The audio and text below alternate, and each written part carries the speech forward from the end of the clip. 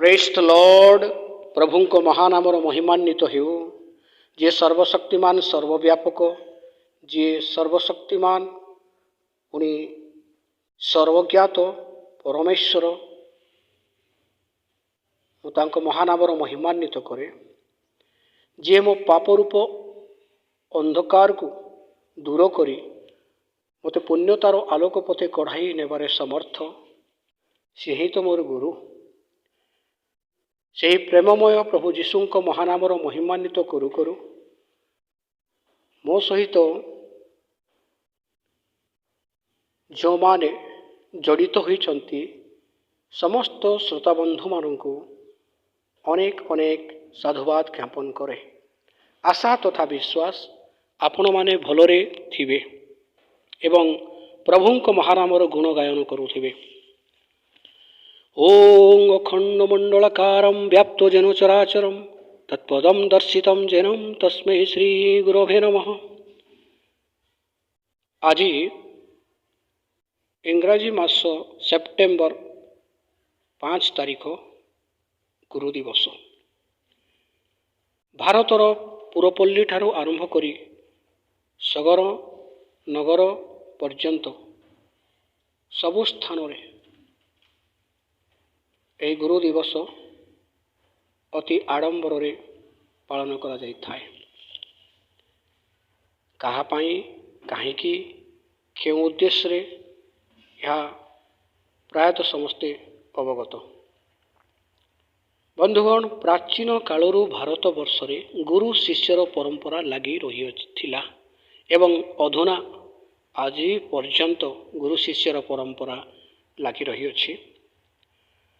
यह प्रत्येक क्षेत्र रे दृश्यमान हेउछि। आज किंतु मु प्रकृत गुरु किए तांक विषय सम्यक धारणा देवाकू उचित मनुअछि। गुरु साक्षात परम ब्रह्म तस्मै श्री गुरवे नमः। जे साक्षात परम ब्रह्म से ही गुरु पदवाच्य।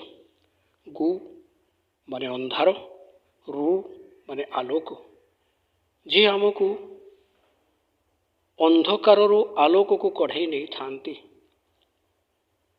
जे आमर पापरूप अंधकार को दूर करी आमको पुण्यतार पथे निष्पाप निष्कलंक कराई आलोकमय पथे कढ़ाई नेबार समर्थ, सी ही गुरु। Praise the Lord. Brahmavidya Upanishad कहे शब्द ब्रह्म शब्दाक्षरम परम ब्रह्म, अर्थात शब्द ही ब्रह्म शब्दाक्षर परम ब्रह्म। इस संपर्क में पवित्र शास्त्र बाइबल कौन कहे आसंतु जानिबा। जहन रचित सुसमाचार 13 पर्वर 13 पदरे एपरी लिखा जाए। स्वयं प्रभु जीशु ख्रीष्ट कहती, तुम्भे माने मते गुरु ओ प्रभु बोली डाकुअछ आउ यथार्थ कहुअछ, कारण मु तो सही। प्रभुंकर जने पट शिष्य प्रेरित जहन तांको पुस्तक रे गुरुंक विषय एपरी मत व्यक्त करती। आद्यरे वाक्य थिले, वाक्य ईश्वरंक संगरे थिले, सही वाक्य ईश्वर थिले, आउ सही वाक्य देहवंत हेले, पुनि अनुग्रह सत्यतारे परिपूर्ण होई आंभमानंक मध्यरे बास कले, आउ पितांक ठारू आगत अद्वितीय पुत्रंक महिमा सदृश आंभे माने ताहांको महिमा देखिलु। मात्र जेते लोक ताहांको ग्रहण कले से समस्तंकु से ईश्वरंक संतान हेबा निमंते अधिकार देले।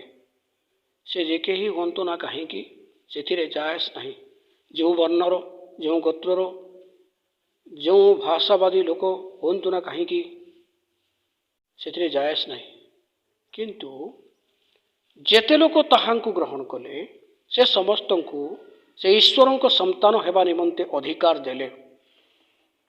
नवाक्षर गुज्जरी कहे, विश्वास मूले सृष्टि जात केवल मूलटी विश्वास।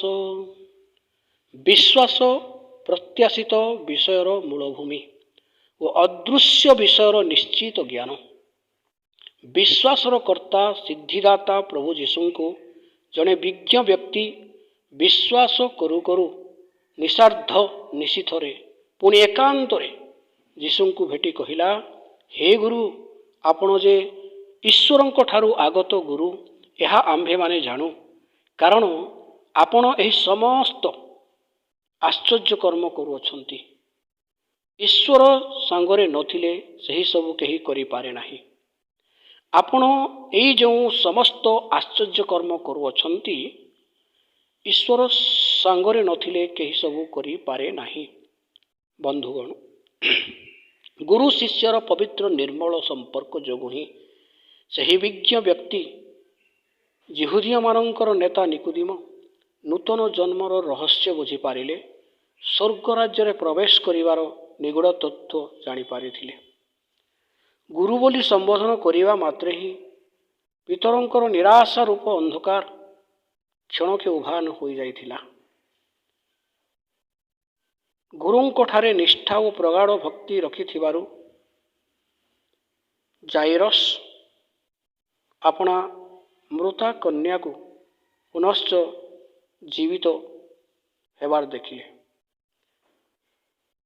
ଗୁରୁଙ୍କୁ ପରୀକ୍ଷା କରୁ କରୁ ଜଣେ ବ୍ୟବସ୍ଥା ଶାସ୍ତ୍ରଜ୍ଞ ଅନନ୍ତ ଜୀବନର ଅଧିକାରୀ ହେବାର ରହସ୍ୟ ପ୍ରମାଣ ସହିତ ବୁଝିପାରିଥିଲେ।